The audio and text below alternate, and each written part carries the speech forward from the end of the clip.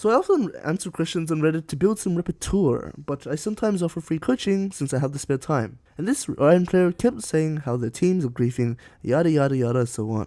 No offense. Now watch me show them the thousands of mistakes they make in just the first 5 minutes. You basically said she has Q, so she can, bind with you guys. She also has Black Shield, which can block your Q. But I think it's more important at level 1 to consider what they have. So Morgana Q, your W, right? Yeah. So what's an easy way to counter Morgana here? What do we need to do? Stand behind minions. Yeah, exactly. So do you agree that instead of standing here, we stand here? Yeah. Yeah. To be fair, I think I was a little bit thrown off by her aggressive posturing there. Like, This one? I wasn't really MF. Oh, this one. I wasn't really expecting her to like walk up so far. Oh, okay. Like, I think from the start, you would probably try to contest from the bush. Oh, not from bush, sorry. Behind minions. These ones here, because Kai's gonna walk up here, right? To Q all Yeah. three. That always happens. So you can W and then walk away after that. That's a free trade for you. So, yeah. But then I think we step back as soon as they come into lane. Fair enough. If she clears it, fair enough. If she clears it and Morgana Qs, it's a bad situation. So you don't have to. It's just something I'd probably risk because, like you said, you can just dodge it. It's not too hard to dodge from this range. But yeah. But for now on, I'd probably be sitting behind minions all the time, just playing. Because if Morgana fights us here, right? Even if she's in the bush and she hits us first, if we just auto attack and then W again, she can't Q because blocking, and then you just win the trade, right? And then they'll give us lane priority and so. I see where Morgana is, and I'm standing like behind the minions to where she is. That makes sense. But I think it's good to consider like where these minions will stop, because honestly, that's the more like if imagine this is like a Blitzcrank, right? Yeah. These minions are not gonna stop here, right? It's actually not that safe. They're gonna stop like here, realistically. Yeah. So in saying that, you might even walk around or something like that, because it is safe for now, but that's only if you plan to go up. Yeah. So you wouldn't actually commit to this position just yet. So this one right here, this minion, you hit level 2. So once you hit level 2, this situation right here, really, really good. Yeah, how many people in the rectangle? There's only of 3. 3, right? It's 2v1. She is kind of out of position. Exactly. And that's my point. Yeah, no, it's fine.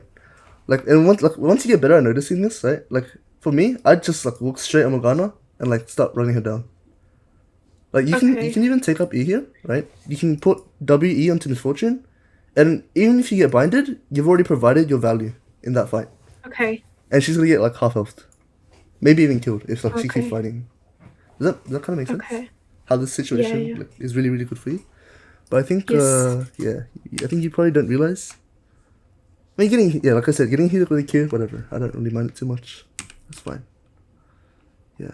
One thing you can notice, so if you're playing support, a enchanter support, especially a sustain one, if you can just keep an eye on the items, right? So let's see. Kai'Sa, no potions proccing. She has Biscuit.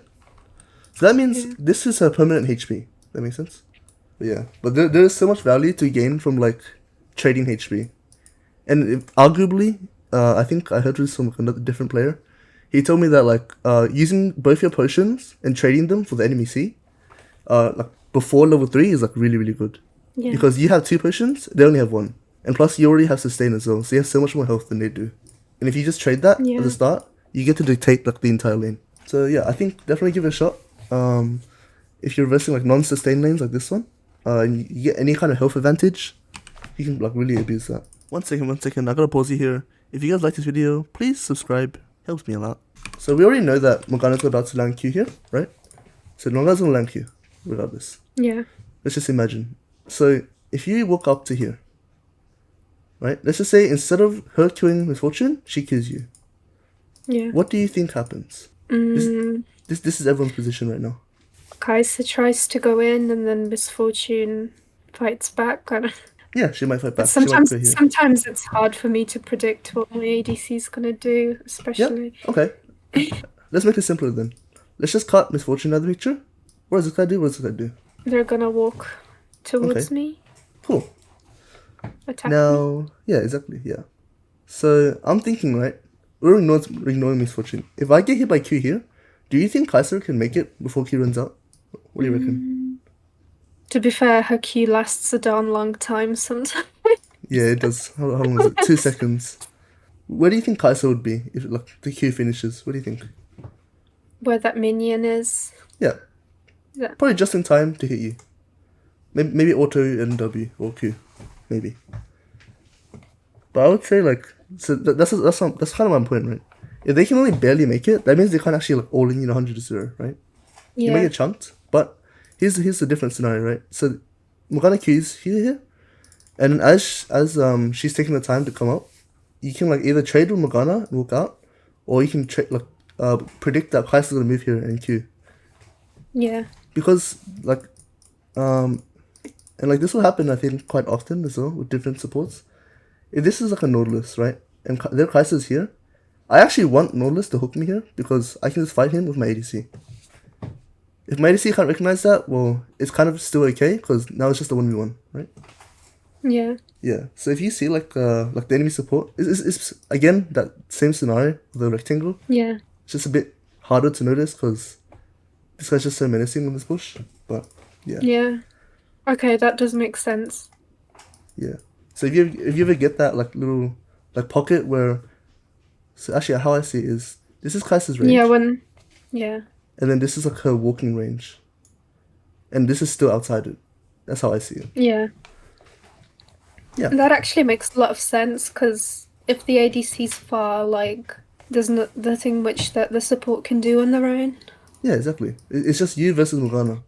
At Misfortune equation, it's you and Misfortune versus Morgana, which is still just as good. Oh, and actually, another point.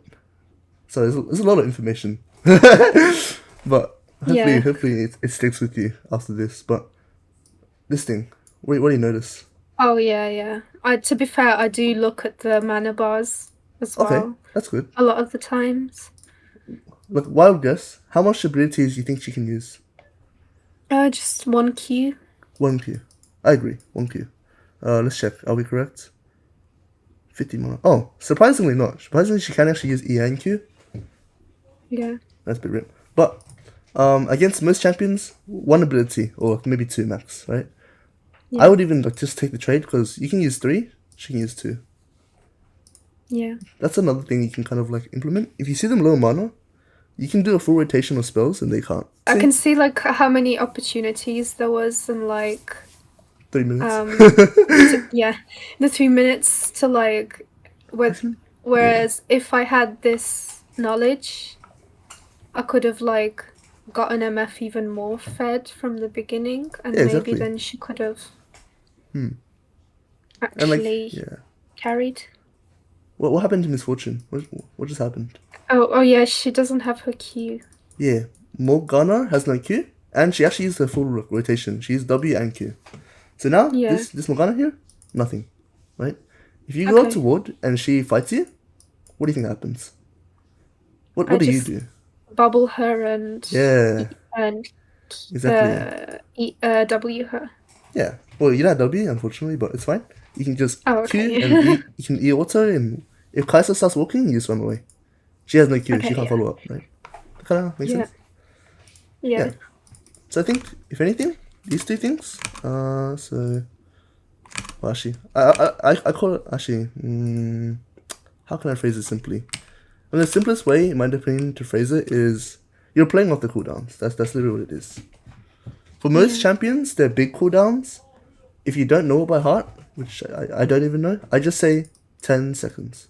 Yeah. That's my golden rule. If in 10 seconds you count, right, and they have it all of a sudden, well, you can just reduce it down to like 5. Yeah. Right? Whatever works for you. But generally during that time, they can't do anything. So feel free to like, let's just say in a world where like you're like both decent HP, even if she is how she is right now, right? If Morgana misses Q somehow, you can always just like be aggressive, and if she fights back, well, you know what happens, right? Yeah. The Iron player is now bronze, and I'm really hoping they get to reach way beyond what they actually wanted. I bet with consistent effort, they could easily achieve gold by following the fundamentals and improving with every game, keeping a strong mental the whole way through. Like this video if you want to see more.